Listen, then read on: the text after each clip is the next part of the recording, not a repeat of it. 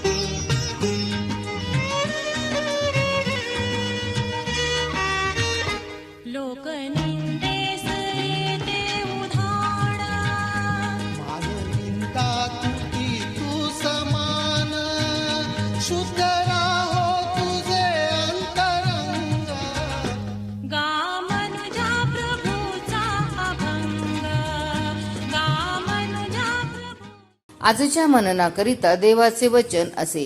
इफिस्करास पत्र याचा 3 अध्याय 16 पासून 21 पर्यंतची वचने. इफिस 3 16 ते 21. त्याने आपल्या ऐश्वर्याच्या समृद्धीप्रमाणे तुम्हाला असे दान द्यावे की तुम्ही त्याच्या आत्म्याच्या द्वारे अंतर्यामी बलसंपन्न व्हावे. ख्रिस्ताने तुमच्या अंतःकरणामध्ये तुमच्या विश्वासाच्या द्वारे वस्ती करावी, ह्यासाठी की तुम्ही प्रीतीत मुळावलेले व पाया घातलेले असे असून तिची रुंदी, लांबी, उंची व खोली किती हे तुम्ही सर्व पवित्र जनांसह समजून घ्यावयास व बुद्धीस अगम्य अशी ख्रिस्ताची प्रीती ओळखून घ्यावयास शक्तिमान व्हावे, असे की तुम्ही देवाच्या सर्व पूर्णते इतके परिपूर्ण व्हावे. जास्तीत जास्त अर्थात आपल्या मागण्या किंवा कल्पना ह्या पलीकडे आपल्यामध्ये कार्य करणाऱ्या शक्तीप्रमाणे अधिक्याने कार्य करावयास जो समर्थ आहे, त्याला मंडळीमध्ये व ख्रिस्त येशूच्या ठायी पिढ्यानपिढी युगानयुग गौरव असो. आमेन. प्रभू परमेश्वर या वचनाद्वारे आजचा आपला दिवस आशीर्वादित करो. आजच्या मननासाठी परमेश्वराचे वचन इफिस्करास पत्र त्याचा 3 अध्याय 16 ते 21 पर्यंतची वचने आपण पाहूया. प्रियांनो, ह्या ठिकाणी परमेश्वराचं वचन आम्हाला सांगतं आणि पौल ह्या मंडळीला अद्भुतरित्या मार्गदर्शन करत आहे. पहिलं जे मार्गदर्शन तो करत आहे, आम्हाला दिसतंय की 3:16 मध्ये की आध्यात्मिक बळाची मागणी. बळ म्हणजे फक्त शारीरिक किंवा मानसिक सामर्थ्य नाही, तर आध्यात्मिक दृढता, जे संकटाचा सामना करण्याची क्षमता आणि पापावर विजय मिळवण्याचे सामर्थ्य ते आहे. प्रिया, त्याची कृपा या त्याचं सामर्थ्य आमच्या जीवनामध्ये जेव्हा कमजोरी असते, या आमच्या जीवनामध्ये आम्ही बलहीन होत जातो, त्यामध्ये ते आम्हाला पूर्णत्वास नेत असते. आज प्रियांनो, देवाचं वचन आम्हाला सांगत आहे की आम्ही संकटामध्ये किंवा आव्हानामध्ये स्वतःवर अवलंबून राहू नका. आत्म्याच्या सामर्थ्यावर विश्वास ठेवा. प्रार्थनेमध्ये परमेश्वराला बळ मागा.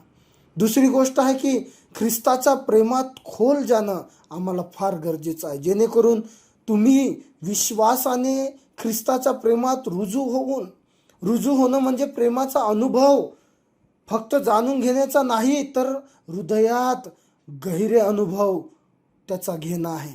ख्रिस्ताच्या प्रेमात खोल जाण्याचा अर्थ म्हणजे जीवनाच्या प्रत्येक पैलूत त्याचा प्रेमाचा अनुभव घेणे आहे. प्रियांनो, प्रेम हा स्थिर आधार आहे जो आपल्याला संकट, दुःख आणि पापाशी सामना करण्यास समर्थ बनवतो.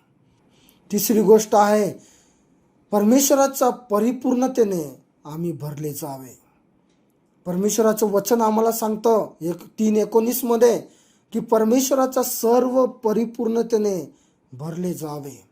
आज परिपूर्णता म्हणजे पूर्णत्व, आभास नसणे, आत्मिक परिपूर्णता ह्या ठिकाणी सांगत आहे. परमेश्वराची कृपा आणि सामर्थ्य आपल्याला कमीपणापासून मुक्त करून परमेश्वराची कृपा आणि सामर्थ्य आपल्याला कमीपणापासून मुक्त करून जीवनात परिपूर्णत्व अनुभवायला लावते. ही परिपूर्णता आपल्याला नैतिक, आध्यात्मिक आणि भावनिक जीवनात देवाच्या सामर्थ्याचे फलित आहे. प्रियांनो, आज परमेश्वराचं वचन आम्हाला सांगत आहे फिलिप्पियरास पत्र 1:6 मध्ये की जे काम तू सुरू केलेले आहे ते पूर्णत्वास तो नेणारा परमेश्वर आहे. आज आमच्या जीवनामध्ये त्या प्रभूचा आपण धावा करूया, जेणेकरून त्याच्याद्वारे आम्ही पूर्णत्वास गेल्याशिवाय राहणार नाही. आज आम्हाला आमच्या जीवनामध्ये अशक्य गोष्टी शक्य करणारा परमेश्वर आहे. आपण त्याचा धावा करूया. चला प्रार्थना करू. स्तुतीस पात्र भयाशोग्य आमच्या जिवंत प्रभू, आम्ही तुला स्तवितो, तुला गौरवितो, तुला उंचावितो आणि तुझ्या नावाला धन्यवाद देतो. प्रभू परमेश्वरा, आज प्रभू परमेश्वरा आम्हाला ते आध्यात्मिक बळ दे. प्रभू परमेश्वरा, तुझा प्रेमात आम्ही खोल जावं. प्रभू परमेश्वर बापा, तुझा परिपूर्णतेने आम्ही भरले जावे. आणि परमेश्वर बापा, जेणेकरून आम्ही देवा तुझ्यामध्ये अधिक वाढत राहावं, अशी तुझ्या चरणी प्रार्थना करतो. आज माझा भाऊ, माझ्या बहिणी ह्या ठिकाणी जे माझा आवाज ऐकत आहे त्या प्रत्येकाच्या जीवनामध्ये ह्या प्रत्येक गोष्टी प्रभू रुजल्या जाव्या अशी तुझ्या चरणी प्रार्थना करतो. सर्व मान, महिमा, सन्मान, गौरव तुला देतो प्रभू. प्रार्थना येशूच्या नावात केली म्हणून तू ऐक. आमेन.